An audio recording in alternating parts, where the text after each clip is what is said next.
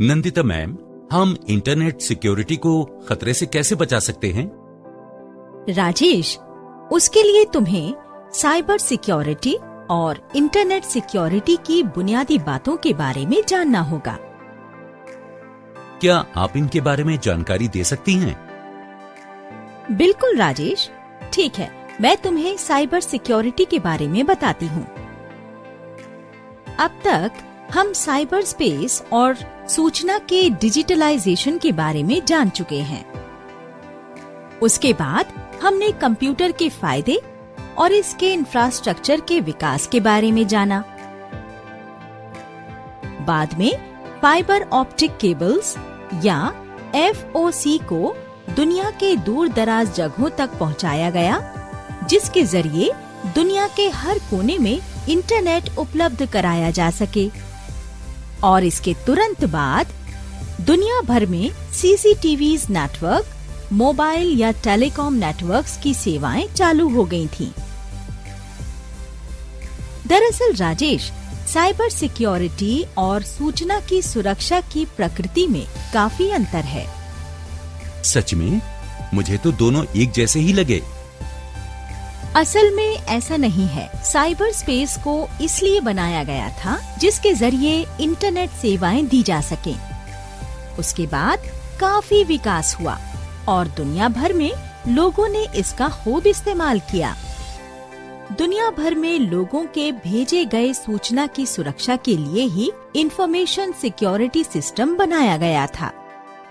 Internet security और cyber security के concept के पीछे की सच्चाई को समझने के लिए तुम्हें ये जानना होगा कि मौजूदा वक्त में सूचना का इस्तेमाल कैसे किया जाता है।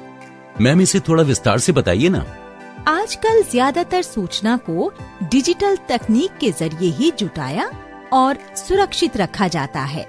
इसके लिए एक इलेक्ट्रॉनिक माध्यम का इस्तेमाल किया जाता है जिसे साइबर स्पेस कहते हैं। साइबर स्पेस को सिक्योरिटी थ्रेट से बचाने और सूचना की सुरक्षा के लिए 2 अलग प्रोग्राम्स बनाए गए थे। इनमें से एक साइबर स्पेस की सुरक्षा के लिए है और दूसरा इंफॉर्मेशन टेक्नोलॉजी की सुरक्षा के लिए। अब हम पहले साइबर सिक्योरिटी के बारे में जानते हैं। नंदिता मैम, तो साइबर सिक्योरिटी और इंफॉर्मेशन सिक्योरिटी में असली अंतर क्या है? मैं तुम्हें बताती हूँ राजेश। डिजिटल ढंग से बनाए गए इस साइबर स्पेस की सुरक्षा के लिए जरूरी है कि विशेषज्ञ इसे घुसपैठियों के किसी तरह के हमले से बचाएं। हालांकि जब दुनिया भर के लोगों और ऑर्गेनाइजेशंस की भेजी हुई सूचना की सुरक्षा की बात आती है, तो इसे बड़े सिक्योर तरीके से बचाया जाना चाहिए। इसीलिए ऐसे प्रोग्राम्स विकसित किए गए जो घुसपैठियों के हमले से सूचना को बचा सकें। हालांकि साइबर सिक्योरिटी डिजिटल दुनिया के विशेषज्ञों के लिए बड़ा मुद्दा नहीं है, पर इंफॉर्मेशन सिक्योरिटी एक बड़ा मसला है, क्योंकि इससे दुनिया में फिजिकल और डिजिटल हर तरह की सूचना की सुरक्षा का मसला जुड़ा हुआ है। तो राजेश, आगे बढ़ने से पहले हम इंफॉर्मेशन एश्योरेंस की बुनियादी बातों के बारे में जानते हैं। नंदिता मैम, तो क्या इसका मतलब ये है कि जो भी जानकारी हम लोगों के साथ साझा करते हैं उसे गलत हाथों में जाने से रोक सकते हैं? बिल्कुल राजेश, ऐसे कई प्रोसेसेस हैं जिनके जरिए हम घुसपैठियों को अपने पर्सनल डेटा में सेंध लगाने से रोक सकते हैं।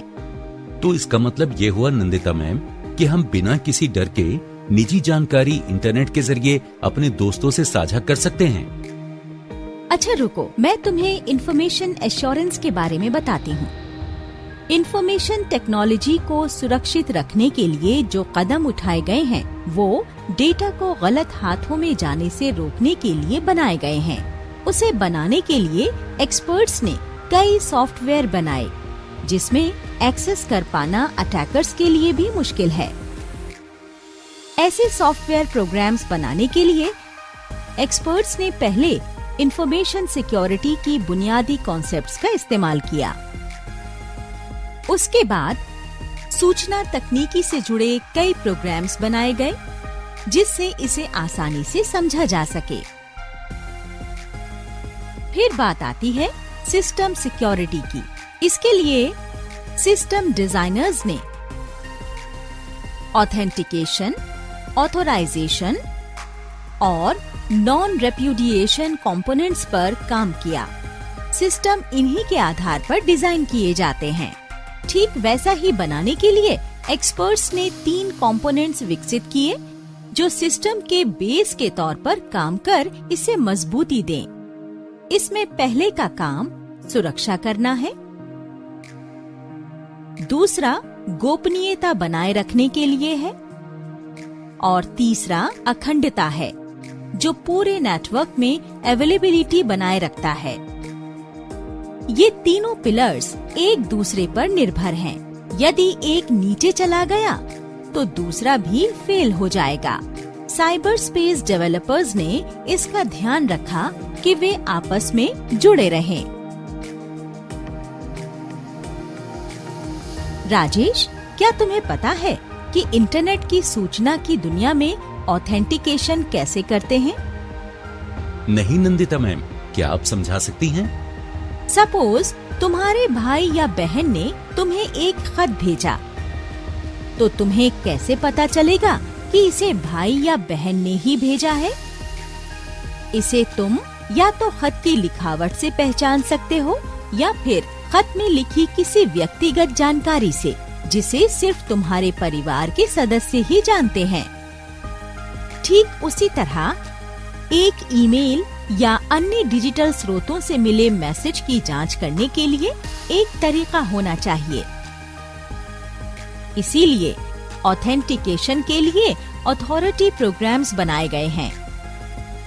हम कह सकते हैं कि ऑथेंटिकेशन एक सुरक्षा उपाय है जो एक ट्रांसमिशन, मैसेज या इसके ओरिजिनेटर की वैधता की जांच करता है, या फिर इसके जरिए ये सत्यापित किया जा सकता है कि जिसे हम कोई खास जानकारी भेज रहे हैं वो इसके लिए अधिकृत है या नहीं।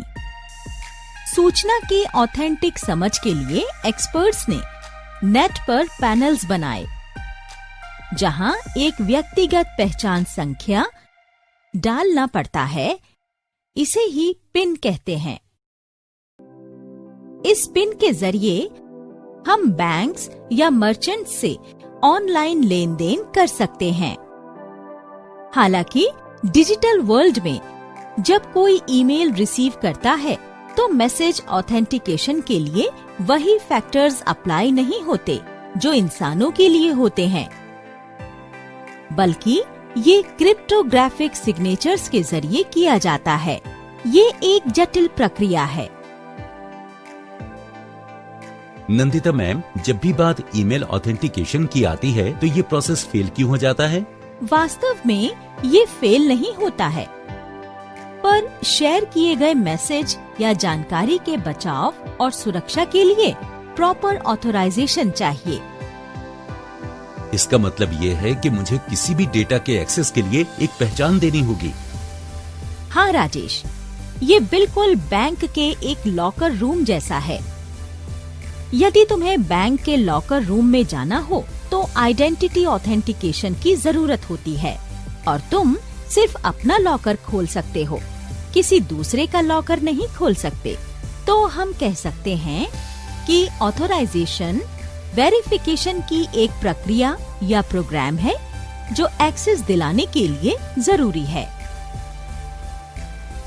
जब तुम्हें अपने कंप्यूटर में लॉगिन करना हो तो क्या करते हो? इसके लिए तुम्हें यूजर नेम और पासवर्ड की जरूरत होती है। उसके बाद सिस्टम तुम्हारी दी गई जानकारी को वेरीफाई करता है। आसान शब्दों में कहें तो तुम्हारी आइडेंटिटी वेरीफाई करता है। ऑथेंटिकेशन के बाद ऑथराइजेशन का रोल आता है। तुम्हें सिर्फ उतना ही एक्सेस मिलता है जितने के लिए ऑथराइज हो। अगर तुम सिस्टम के एडमिनिस्ट्रेटर हो तो ही तुम कोई सॉफ्टवेयर इंस्टॉल या अनइंस्टॉल कर सकते हो। हालांकि यदि एक से अधिक लोग सिस्टम का इस्तेमाल कर रहे हों और तुम उनमें से एक यूजर हो तो तुम्हें ऐसे अधिकार नहीं मिलते हैं, पर तुम अपनी फाइल्स, ईमेल्स और कंप्यूटर में स्टोर्ड अन्य चीजों का एक्सेस कर पाओगे।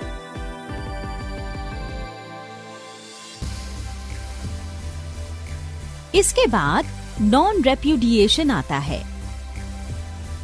ये नॉन रेपुडिएशन क्या है नंदिता मैम? रेप्यूडिएशन का मतलब किसी ऐसी जानकारी का एक्सेस ब्लॉक करने से है जो किसी की पर्सनल नहीं है। तो क्या नॉन रेपुडिएशन का मतलब है कि मेरी निजी जानकारी का एक्सेस सिर्फ मुझे ही रहेगा? हाँ राजेश, इसे ऐसे समझते हैं जैसे तुम किसी को मनी ऑर्डर भेजते हो तो तुम्हें फॉर्म पर साइन करना होता है और रिसीवर को पैसे की रिसीट पर साइन करना होगा। मनी ऑर्डर नॉन रेप्यूडिएशन की तरह ही काम करता है। ना तुम ये कह सकते हो कि मैंने पैसे नहीं भेजे और ना ही रिसीवर ये दावा कर सकता है कि उसे पैसे नहीं मिले। इसी तरह नॉन रेप्यूडिएशन सिस्टम मैसेज भेजने के लिए डिजाइन किया गया है, जिसके जरिए मैसेज या ईमेल भेजने वाले और रिसीवर दोनों श्योर रहते हैं। कह सकते हैं कि नॉन रेप्यूडिएशन डेटा भेजने वाले को ये यकीन दिलाता है कि डेटा भेजे हुए सही इंसान के पास पहुंच गया है और रेसिपिएंट ने सेंडर को पहचान लिया है, ताकि बाद में उनमें से कोई एक डेटा एक्सचेंज या प्रोसेस होने की बात से इनकार न कर सके। Now let's talk about the CIA, Rajesh. The CIA. What has this organization has got to do with the information security? Relax, Rajesh. By the CIA, we do not mean the Central Intelligence Agency of America. Then what does CIA means in the information security in cyberspace? Realize the factors between the difference between information security and cyber security. If you properly check, both of them depend upon three key concepts known as the CIA triad. C represents confidentiality, I represent integrity, and A represents availability. If you have to become information security professionals, you need to be dedicated to ensuring the protection of these principles in respect of systems under your responsibility. So, we need to know how to maintain these three concepts by ourselves. Sure, Rajesh. Then only your personal information will be secure and not fall into the hands of intruders. Now, let's discuss these factors one by one. अच्छा Nandita ma'am, मैं एक team के साथ काम करता हूँ, तो मैं किस तरीके से गोपनीयता भंग होने से रोक सकता हूँ? इसके लिए तुम्हें अपने पर्सनल इंफॉर्मेशन की पूरी जानकारी होनी चाहिए, जैसे कि तुम्हारा यूजर नेम और पासवर्ड, जिसके जरिए तुम कोई कमर्शियल या पर्सनल साइट ओपन कर सकते हो। इंटरनेट की पहुंच के साथ गोपनीयता शब्द हमारे दैनिक जीवन का एक जाना पहचाना टर्म बन गया है। जब भी इंफॉर्मेशन स्पेस की बात आती है तो गोपनीयता को एक विश्वास के रूप में जाना जाता है। ये बताती है कि सूचना किसी अनऑथोराइज्ड इंसान की पहुंच से दूर है या उससे कोई समझौता नहीं किया गया है। गोपनीयता का मतलब ही सूचना को छिपाना और सुरक्षा करना है। एक आसान उदाहरण के तौर पर क्रेडिट कार्ड को ही ले लेते हैं, जो आजकल बहुत इस्तेमाल किया जाता है। अगर हम अपने क्रेडिट कार्ड का पासवर्ड किसी और को दे दें और अचानक कार्ड गुम हो जाए, तो पासवर्ड जानने वाला इसका गलत इस्तेमाल कर सकता है और बिल हमें चुकाना पड़ेगा। गोपनीयता पर हमला आजकल आम बात है। ये तीसरा फैक्टर इंटेग्रिटी क्या है नंदिता मैम? दरअसल राजेश, इंफॉर्मेशन सिक्योरिटी सिस्टम में इंटेग्रिटी का मतलब डेटा की सुरक्षा से है। तो हम सूचना की इंटेग्रिटी को कैसे बचा कर रख सकते हैं? ऐसा करने के लिए तुम्हें ये श्योर करना होगा कि तुम्हारे व्यक्तिगत डेटा का एक्सेस सिर्फ तुम्हें ही है, किसी और को नहीं। इंफॉर्मेशन टेक्नोलॉजी के संदर्भ में डेटा इंटेग्रिटी से मतलब डेटा स्टोरिंग से है, ताकि कोई भी घुसपैठिया किसी के व्यक्तिगत डेटा का एक्सेस ना कर पाए। जैसे मान लो तुम अपने खाते से कुछ पैसे इंटरनेट के जरिए किसी और को भेजना चाहते हो और ट्रांजिट प्रोसेस के दौरान किसी ने डेटा में चेंज कर दिया। तुम्हें क्या लगता है, इससे उलझन के अलावा जबरदस्त नुकसान नहीं होगा? इसी वजह से ऑथेंटिकेशन, ऑथराइजेशन और नॉन रेप्यूडिएशन जैसे प्रिंसिपल्स डेवलप किए गए थे, जिससे इंटेग्रिटी सुनिश्चित की जा सके। अब जरा सोच कर देखो, कोई अटैकर ऑथेंटिकेशन सिस्टम को अगर बाईपास कर या उसे मिले एक्सेस प्रिविलेजेस के जरिए डेटा में सेंध लगा सकता है, तो तुम्हें ये भी पता होना चाहिए कि सॉफ्टवेयर की खामियों और कमियों से डेटा इंटेग्रिटी का एक्सीडेंटल लॉस हो सकता है। इससे सिस्टम में अनऑथोराइज्ड चेंजेस किए जा सकते हैं। सही कहा मैम। तमाम सिक्योरिटी ऑप्शन के बावजूद हमें इसका हमेशा ध्यान रखना है कि हमारी डेटा इंटेग्रिटी गलत हाथों में न चली जाए। बिल्कुल ठीक कहा राजेश। आपने CIA के तीसरे फैक्टर अवेलेबिलिटी के बारे में भी बताया था ना मैम? हाँ राजेश, अवेलेबिलिटी सूचना तकनीकी की दुनिया में बने रहने के लिए बेहद जरूरी है। इसका मतलब है कि अगर तुम्हें अभी किसी चीज की जरूरत है और वो सही वक्त पर ना मिले, तो बाद में उसका महत्व कम हो जाता है। सही कह रही हैं मैम, मैं भी यही सोच रहा था। सभी प्रोग्राम्स यूजर्स की सुरक्षा के लिए डिजाइन किए जाने चाहिए। हाँ राजेश, यही अवेलेबिलिटी कहलाती है। सिस्टम्स हमेशा यूजर्स के लिए उपलब्ध होने चाहिए और जरूरत के वक्त डाउन या स्लो नहीं होने चाहिए। इंफॉर्मेशन स्पेस में उपलब्धता का मतलब डेटा में एक्सेस के साथ साथ जरूरत के वक्त यूजर्स को सूचना सेवाएं मुहैया कराना है। कॉन्फिडेंशियलिटी, इंटेग्रिटी और अवेलेबिलिटी के पिलर्स ऑथेंटिकेशन, ऑथराइजेशन और नॉन रेप्यूडिएशन के सपोर्ट के बिना नहीं टिक सकते। उपलब्धता को बनाए रखने के लिए ये जानना भी जरूरी है कि साइबर क्रिमिनल्स कॉन्फिडेंशियलिटी, इंटेग्रिटी और अवेलेबिलिटी पर भी हमला कर सकते हैं।